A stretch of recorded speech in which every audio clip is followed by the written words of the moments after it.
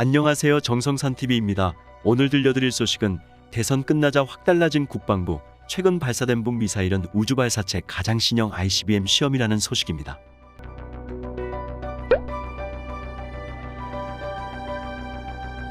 미 고위관리, 북한 최근 탄도미사일 시험에 ICBM 기술 활용 대북 제재 후 추가 조치 이어질 것.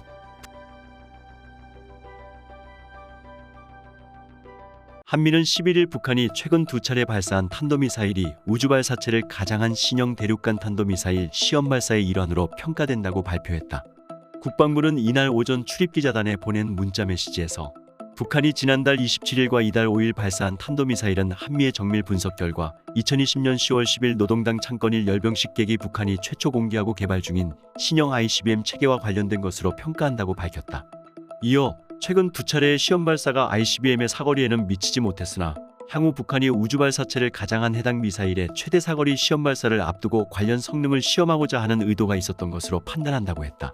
국방부가 언급한 신형 ICBM은 2020년 10월 당 창건일 열병식에서 처음 공개된 화성 17형이다. 한미는 북한이 최근 두 차례 발사한 발사체를 준중거리 탄도미사일로 추정했는데 대선이 끝나자 신형 ICBM의 일환이라고 밝힌 것이다. 북한은 이를 정찰위성 개발을 위한 시험이었다고 주장했다. 국방부는 북한은 최근 두 차례 미사일 시험 발사의 구체 체계를 공개하지 않았으나 한미 양국은 정밀 분석 및 협의를 거쳐 위와 같은 판단을 내렸다며 국제사회가 북한의 이러한 미사일 추가 개발에 대해 단합된 목소리로 반대 입장을 표명할 필요가 있다고 보고 이를 공개하게 됐다고 했다. 또한 우리 정부는 다수의 유엔 안보리 결의를 위반한 북한의 이러한 탄도미사일 시험 발사를 강력히 규탄하며 북한이 한반도와 영내 안보 불안을 조성하고 긴장을 고조시키는 행위를 즉각 중단할 것을 촉구한다고 했다. 국방부는 우리 정부는 굳건한 한미 연합방위 태세를 바탕으로 한미 간 긴밀한 공조하에 북한과의 대화 재개를 위해 노력해오고 있는 바 북한이 이에 호응하여 조속히 대화에 복귀할 것을 촉구한다고 했다. 미국 정부도 10일 북한이 최근 두 차례 실시한 탄도미사일 시험에서 새로운 대륙간 탄도미사일 체계를 활용한 것으로 판단하고 있다고 밝혔다. 미 정부 고위 당국자는 이날 언론 브리핑에서 미국 정부는 면밀한 분석을 거쳐 올해 2월 26일과 3월 4일 북한의 두 차례 탄도미사일 시험들이 북한이 개발하는 새로운 대륙간 탄도미사일 체계를 동원했다고 결론 내렸다고 했다. 그는 이 체계는 2020년 10월 10일 노동당 열병식에서 공개됐고 2021년 10월 평양에서 열린 국방발전 전람회에서도 전시됐다고 했다. 이어 이것은 북한의 심각한 긴장고조 행위라며 다만 2017년 북한의 세 차례 대륙간 탄도미사일 발사들과 달리 올해 두 차례 시험 발사들은 대륙간 탄도미사일의 사거리나 능력을 드러내지 않았다고 밝혔다. 또한 그는 이번 시험들은 북한이 최대 사거리 발사 시험에 앞서 일부 요소들을 시험하려는 의도일 가능성이 높다며 북한을 최대 사거리 발사 시험을 위성 발사로 위장하려고 시도할 것이라고 지적했다. 고위 당국자는 북한의 이러한 시험 발사들은 다수의 유엔 안보리 결의들을 노골적으로 위반하고 긴장을 불필요하게 높이며 영내 안보를 불안정하게 할 위험이 있다며 미국은 이를 강하게 규탄한다고 했다.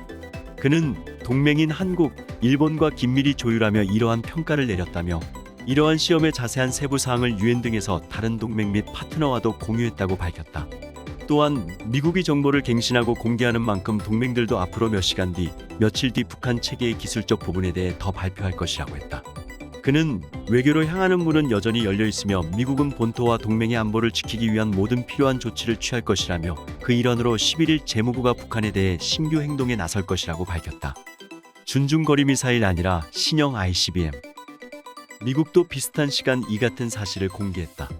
존 커비 미 국방부 대변인은 이날 발표한 성명에서 ICBM 발사를 우주 활동으로 가장하려는 시도라며 북한은 이번 발사 체계에 대한 정보를 공개하지 않았지만 미국은 북한이 이 같은 무기를 개발하고 확산하는 것에 반대하는 단합된 목소리를 내야 한다는 판단에 이 정보를 공개적으로 다른 동맹국들과 공유하기로 했다 밝혔다. 이어 이번 주 초 미국 인도 태평양 사령부는 서해상에서의 감시 활동을 강화할 것을 지시했다고 덧붙였다. 한미가 지적한 북한의 신형 ICBM은 화성 17형이다. 화성 17형은 기존보다 직경과 길이가 커지고 다탄두 형상을 지녀 괴물 ICBM으로 불린다. 사거리는 1만 3천 이상으로 미국 본토 전역이 사정권에 든다. 화성 17형은 2020년 열병식에서 처음 공개됐는데 당시 실려있던 이동식 발사 차량의 바퀴는 11축 21윤으로 식별됐다. 이는 2017년 11월 발사한 ICBM 화성 15형의 텔보다 훨씬 크다. 미사일의 총 길이는 22에서 24m로 추정되는데 이는 전 세계에 현존하는 ICBM 중 가장 길다. 탄도부 형상도 핵탄두 두세 개가 들어가는 MIRV 형태다. 군 소식통에 따르면 북한은 2018년 5월 선제적으로 폭파한 풍계리 핵실험장의 갱도도 일부 복구하는 것으로 파악됐다. 국방부 관계자는 최근 북한 풍계리 핵실험장에서 2018년 5월 폭파했던 갱도 중 일부의 복구로 추정되는 불상 활동이 식별됐다고 밝혔다. 그동안 풍계리 핵실험장에 새 건물이 들어서고 기존 건물을 수리하는 정도의 정황은 포착됐지만 갱도 복구 정황까지 파악된 것은 이번이 처음이다.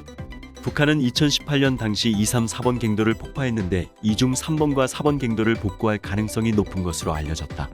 이 밖에 금강산의 한국 측 시설도 철거에 들어간 것으로 전해졌다. 미, 새 정부 출범 앞두고 경고 메시지. 한미 군 당국이 앞선 북한의 미사일 도발에 대한 분석을 공개하는 것은 매우 이례적이다.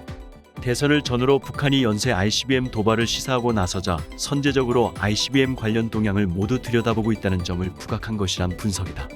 특히 윤석열 대통령 당선인이 후보 시절부터 힘에 의한 평화와 한미 동맹 강화를 강조해 온 점도 반영됐다는 관측이다. 미국은 추가 대북 제재까지 예고하고 나섰다.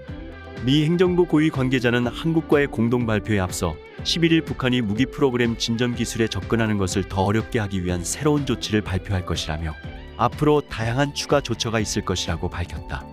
미사일 부품 반입 관련 인물이나 기관 등을 제재 대상으로 추가 지정하는 방안이 유력하다는 분석이다. 전문가들은 북한의 도발 시점으로 다음 달을 유력하게 꼽는다.